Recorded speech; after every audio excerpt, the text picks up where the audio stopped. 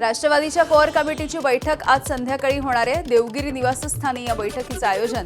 राज्यसभा सदस्याच्या संदर्भात बैठकीमध्ये अंतिम निर्णय होणार। बैठकीला प्रफुल्ल पटेल, सुनील तटकरे, सुनेत्रा पवार, पार्थ पवार, छगन भुजबळ, धनंजय मुंडे, दिलीप वळसे पाटील हे उपस्थित राहतील। यवतमाळमधील काँग्रेसचे नेते साहेबराव कांबळे यांचा शिवसेनेमध्ये प्रवेश। शेकडो कार्यकर्त्यांसह उपमुख्यमंत्री एकनाथ शिंदे यांच्या उपस्थितीमध्ये हा पक्षप्रवेशाचा सोहळा झालाय। एकनाथ शिंदे यांनी कांबळेंच्या कामाचं कौतुक केलंय। महानगरपालिका निवडणुकीमधील खर्चाचा हिशोब न देणाऱ्या धुळ्यामधल्या 11 पराभूत उमेदवारांवरती कारवाई होणार आहे। निवडणूक होऊन 5 महिने लोटले तरी देखील निवडणूक खर्चाचा हिशोब देण्यासाठी टाळाटाळ। पुढील 3 वर्ष कोणतीही निवडणूक लढू नये अशा कारवाईचा प्रस्ताव पाठवल्याची माहिती। सोलापूर विधान परिषदेचे उमेदवार राजेंद्र राऊत यांच्या प्रचारासाठी पालकमंत्री जयकुमार गोरे यांचा प्रचार दौरा। मोहोळ, माढा, करमाळा आणि माळशिरस या तालुक्यांचा गोरेंनी दौरा केलाय। या दौऱ्यामध्ये महायुतीच्या सोबत महाविकास आघाडीचे आमदार, नगरसेवक आणि अनेक पदाधिकाऱ्यांची उपस्थिती। त्यामुळे महाविकास आघाडीच्या अडचणी देखील वाढल्या। नाशिक विधान परिषदेच्या निवडणुकीमध्ये आपला विजय होणार असल्याचा विश्वास महायुतीचे उमेदवार नरेंद्र दराडे यांनी व्यक्त केलाय। मुख्यमंत्री देवेंद्र फडणवीस आणि दोन्ही उपमुख्यमंत्री सोबत असल्याचं देखील दराडे म्हणाले। त्यामुळे कोण विरोधामध्ये आहे याची चिंता नसल्याचं त्यांचं म्हणणं आहे। यंदा दोन्ही राष्ट्रवादीचा वर्धापन दिन मुंबईमध्ये साजरा होणार। शरद पवार यांच्या राष्ट्रवादीचा वाय.बी. चव्हाण सेंटर इथे वर्धापन दिनाचा सोहळा, तर राष्ट्रवादी काँग्रेसचा षण्मुखानंद हॉलवरती हा सोहळा होणार आहे। अजित पवार यांच्या निधनानंतरचा पहिलाच वर्धापन दिन सुनेत्रा पवार यांच्या अध्यक्षतेखाली पार पडेल। रायगडच्या सुतारवाडीमध्ये राष्ट्रवादीची बैठक। कोकण विधान परिषदेच्या निवडणुकीमध्ये अनिकेत तटकरे यांची बिनविरोध निवड झाल्याच्या नंतर कार्यकर्त्यांची मोठी गर्दी। घरगुती एलपीजी गॅस सिलेंडरच्या किमतीमध्ये 29 रुपयांची वाढ झाली आहे। गेल्या 3 महिन्यांमध्ये एलपीजीच्या किमतीमध्ये दुसऱ्यांदा वाढ झाली आहे। मुंबईमध्ये 14 किलोच्या सिलेंडरची किंमत ही 912 वरून 941 रुपयांवर। वाढत्या महागाईच्या विरोधात ठाकरेंच्या शिवसेनेचं संभाजीनगरमध्ये आंदोलन। घरगुती गॅसचे दर 29 रुपयांनी वाढल्याचा निषेध करण्यात आला। आमदार अंबादास दानवे यांच्या नेतृत्वामध्ये आंदोलन पार पडलंय। फसवी कर्जमाफी असल्याचं सांगत जन आक्रोश आंदोलन। सातत्यानं होणाऱ्या दरवाढीमुळे सर्वसामान्यांच्या आयुष्यावरती परिणाम होतोय। इंधनाच्या दरवाढीवरून शरद पवार यांची प्रतिक्रिया। आधी 2 रुपयांची वाढ केली आणि आता पुन्हा एकदा दरवाढ सुरू असल्यामुळे पवारांची सरकारविरोधात टीका। एलपीजीची दरवाढ करून सामान्य माणसाच्या ताटामधील जेवण महागाईच्या आगीमध्ये करपून टाकलं। पण प्रादेशिक पक्ष फोडण्यात व्यस्त असलेल्या सरकारला बुलेट ट्रेनच्या वेगानं वाढणारी महागाई दिसत नाहीये। रोहित पवार यांचा सरकारवर निशाणा। पुण्यामधील आळंदी मरकळ या रस्त्यावरच्या एका बंगल्यामध्ये सुरू असलेल्या पार्टीवरती पुणे पोलिसांच्या गुन्हे शाखेनं छापा मारलाय। नशेसाठी वापरले जाणारे काही पदार्थ पोलिसांनी जप्त केले। पार्टीमध्ये 60 ते 70 तरुण तरुणी सहभागी। पार्टीला प्रोजेक्ट एक्स असं नाव देण्यात आलं होतं आणि या पार्टीमध्ये अंमली पदार्थांचा वापर झाल्याचा पोलिसांना संशय। भाजपच्या कामगार संघटनेचे चिटणीस अजित आचरेकर यांना मुंबई विमानतळावरती अटक झाली आहे। 5 कोटी रुपयांपेक्षा अधिकच्या सोन्यासह इतर मुद्देमाल जप्त। डीआरआयची मोठी कारवाई। सोनं तस्करीच्या आंतरराष्ट्रीय रॅकेटचा संशय। आचरेकरांसह आणखी 5 जणांना अटक। विमानतळावरती भारतीय कामगार सेना चांगली काम करत असताना रवींद्र चव्हाण यांच्या गुंडांची घुसखोरी। त्यांना गोल्ड स्मगलिंगवरती कंट्रोल करण्यासाठी विमानतळावरती ताबा हवाय। भाजपच्या पदाधिकाऱ्यांच्या अटकेच्या नंतर संजय राऊत यांचा गंभीर आरोप। बुलढाण्यामधली पुढची बातमी आहे। बुलढाण्याच्या शिवानी कळमेकर बनावट हत्याकांडाचं प्रकरण।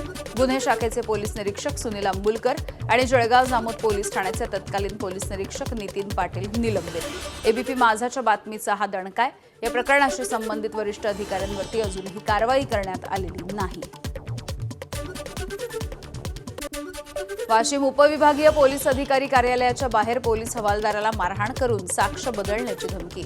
महिला पोलीस अंमलदारासह 2 जणांवरती गुन्हा दाखल। बीडमध्ये शेतीच्या वादामधून 2 भावंडांना बेदम मारहाण। वडवणीमधील चिखलबीड इथे शेतीच्या वादामधून शिक्षकासह 3 जणांचा 2 भावांवरती हल्ला। नाशिकच्या मालेगावमध्ये अल्पवयीन मुलीची बेकायदेशीरपणे प्रसूती आणि नवजात बालकाची परस्पर विल्हेवाट लावल्याचा धक्कादायक प्रकार घडलाय। डॉक्टर किशोर डांगे याच्यासह 11 जणांच्या विरोधात गुन्हा दाखल।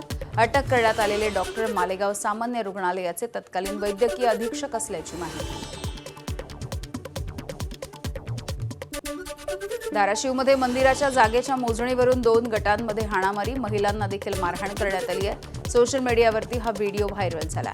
लोहारा तालुक्यामधल्या अचलेर तांडा इथल्या 20 जणांच्या विरोधात गुन्हा दाखल। सांगलीच्या आटपाडीमध्ये वाळू माफियांचा तहसीलदारांकडून 1.5 तास पाठलाग। आटपाडीमधील माणगंगा नदीपात्रामधील वाळू चोरीचा डाव उधळला।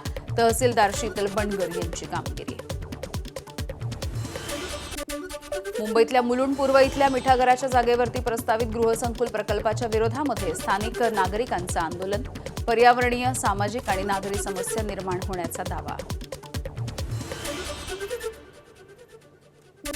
उल्हासनगर रेल्वे स्टेशनचा परिसर अतिक्रमण मुक्त होणार आहे। फेरीवाले, हातगाड्या आणि टपऱ्यांवरती महानगरपालिकेनं धडक कारवाई केली। स्टेशन बाहेरच्या वाढत्या अतिक्रमणामुळे प्रवासी आणि नागरिकांना मोठा त्रास।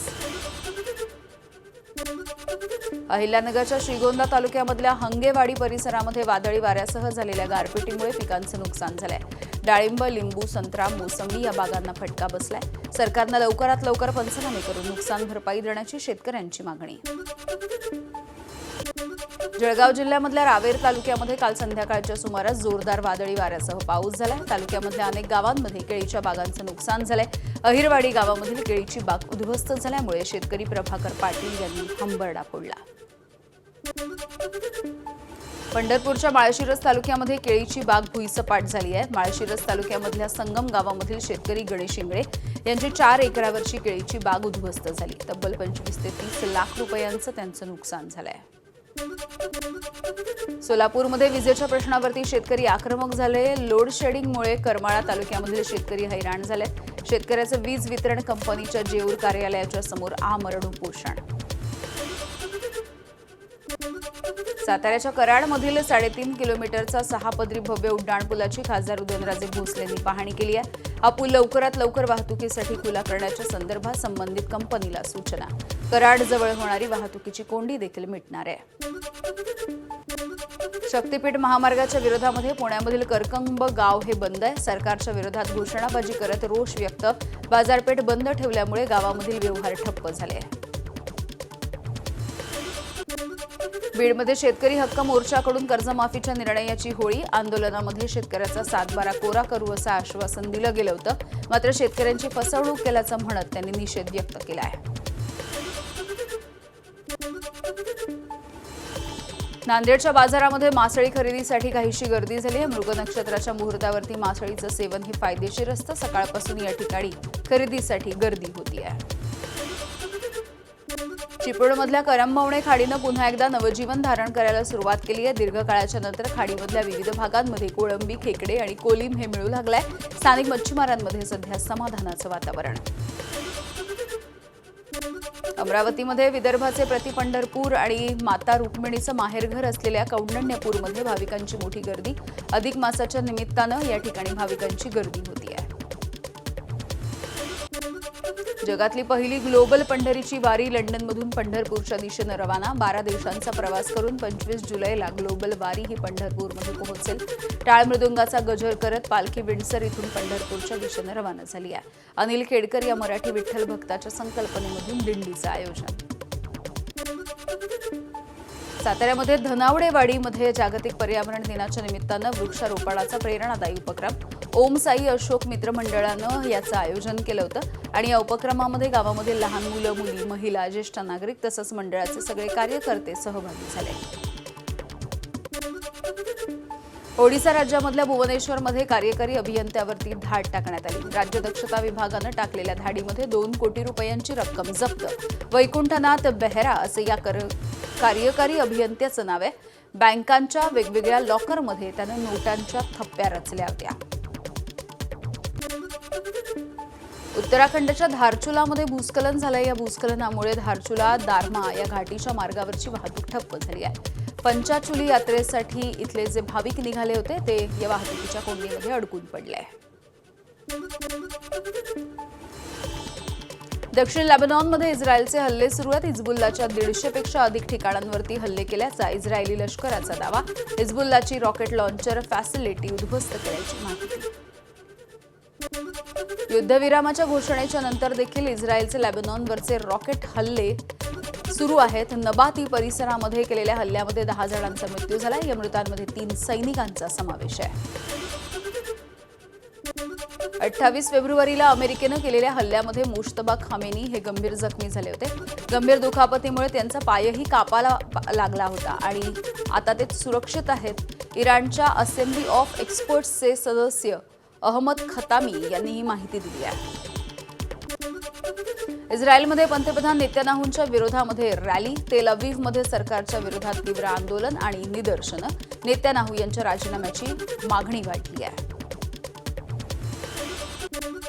इराणच्या हालचालींवरती अमेरिकेची बारीक नजर आहे. युद्धविरामाच्या दरम्यानही F-35 ही विमानं तैनात. अमेरिकेनं याचा फोटो शेअर केला आहे.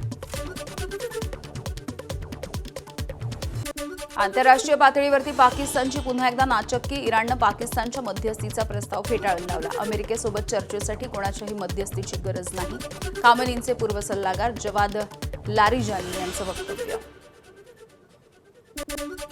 इराणमध्ये परीक्षेच्या नियमांमध्ये बदल केल्यामुळे विद्यार्थ्यांची नाराजी आहे. इराणमधील 200 पेक्षा अधिक राज्यांमध्ये विद्यार्थ्यांनी आंदोलन केलंय. नव्या नियमांमुळे विद्यापीठामधल्या प्रवेशाची संधी हुकणार आहे, विद्यार्थ्यांचा आरोप आहे. डोनाल्ड ट्रम्प यांचे AI ब्रेन श्रीराम कृष्णन यांचा राजीनामा. महिनाअखेरीस व्हाईट हाऊस ते सोडणार आहेत. AI धोरण ठरवण्यामध्ये श्रीराम कृष्णन यांचा सिंहाचा वाटा आहे. सिलिकॉन व्हॅलीचा व्हाईट हाऊसमधला प्रभावी आवाज अशी ही त्यांची ओळख आहे.